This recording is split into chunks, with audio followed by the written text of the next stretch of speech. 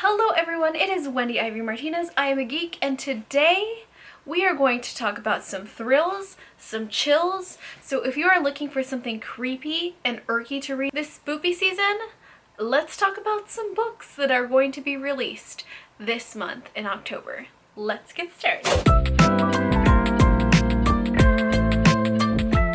As always, I go by the books that are being released from the start of the month all the way up until the end of the month of October. So let's just go ahead and get started. We have a combination here of thrillers and horror novels. The first one seems very much like a thriller novel, and it is called Just Stay Away by Tony Wirt. I hope it's Wirt? Wirt? Wirt? I don't know how to say the name. Tony Wirt, and that comes out October 1st, and this basically follows our main character, who is a stay-at-home dad. His name is Craig. Now Craig has a little 7-year-old daughter named Alice, who is quite needy. I mean, you know, she's a little child. So while Craig is trying to write his book, Alice is constantly coming in and disturbing her father until she befriends a new neighborhood boy, and then Craig is like, man, this boy is a godsend because now she's not bugging me as much. But then Craig starts to notice that this little boy that Alice befriends may not be so innocent after all, because late at night, he starts hearing things around his house. He starts hearing things breaking and shattering. When there's no one there, things start to go missing, and Craig can't help but think that maybe this is the little boy, because that's when the events began. This book looks so good.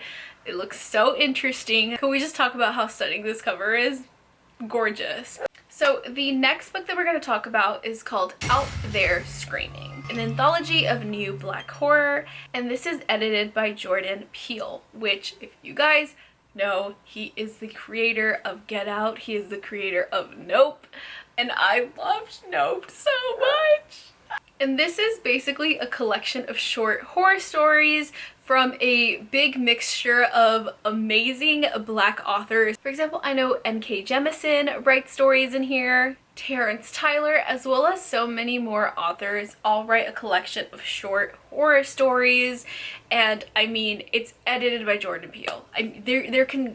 This is already like a must read for me, because this man is amazing, is astounding. He is brilliant. He's brilliant. The creativity, the horror, this is an automatic yes. Jump to the top of my list. We are reading this for me. Now, the next book we're going to talk about is another thriller, and it is called These Still Waters by Christina McDonald, and this one also comes out October 1st. Now, this one is basically about a girl whose name, or a woman, I should say, her name is Neve, and she returns back to her old home by a lake with her daughter, or her son, her child, her daughter.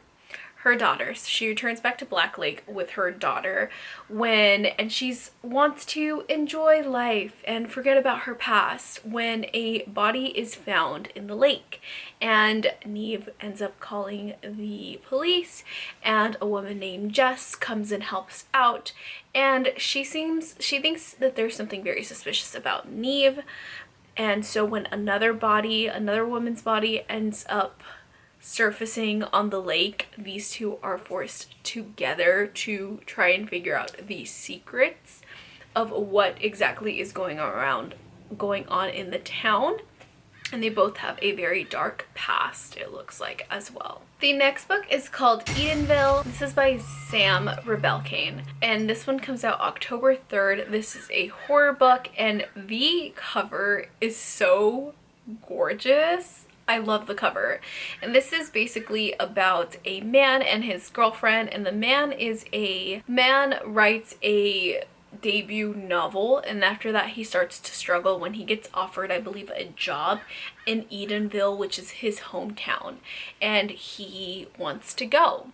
However, his girlfriend is very hesitant on going back to the hometown because there's something that was always very disturbing about the town, but the boyfriend convinces her to go and they move back to Edenville.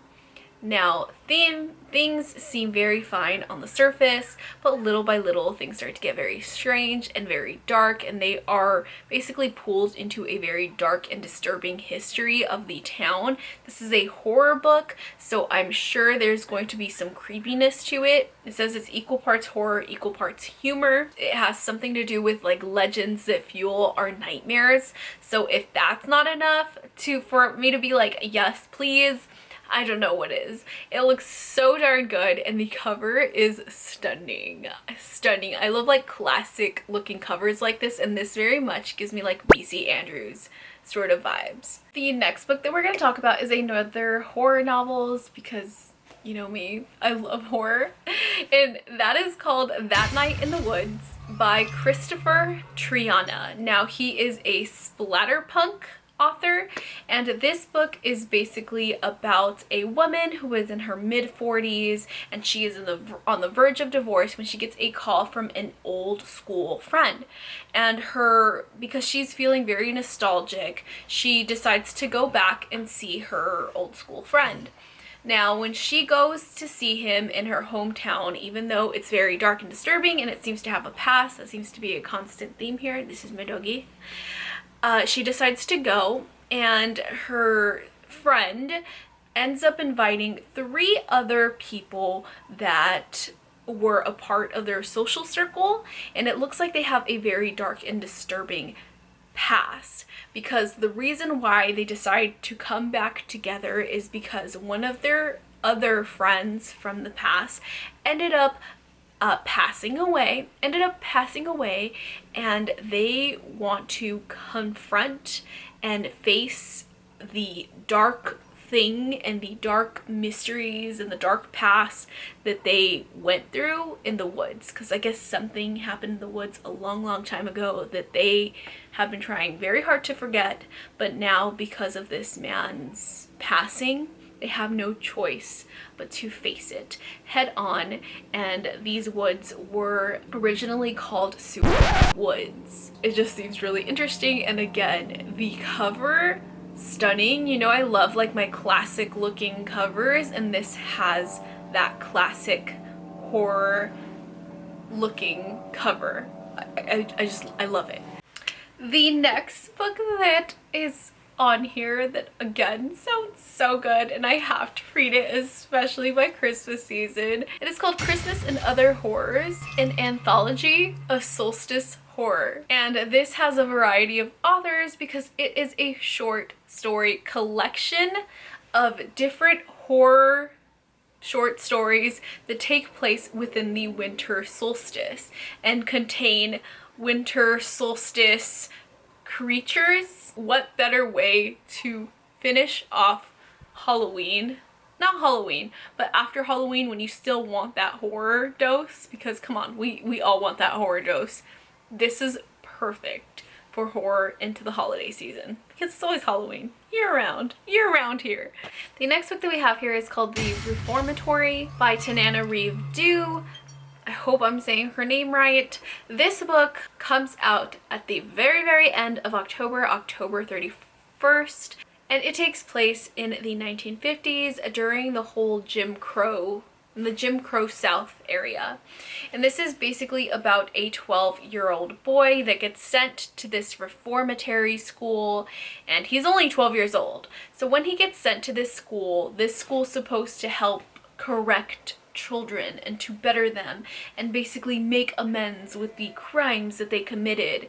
And this boy always had an extra ability, a sixth sense, to be able to see and speak to ghosts that they call haints.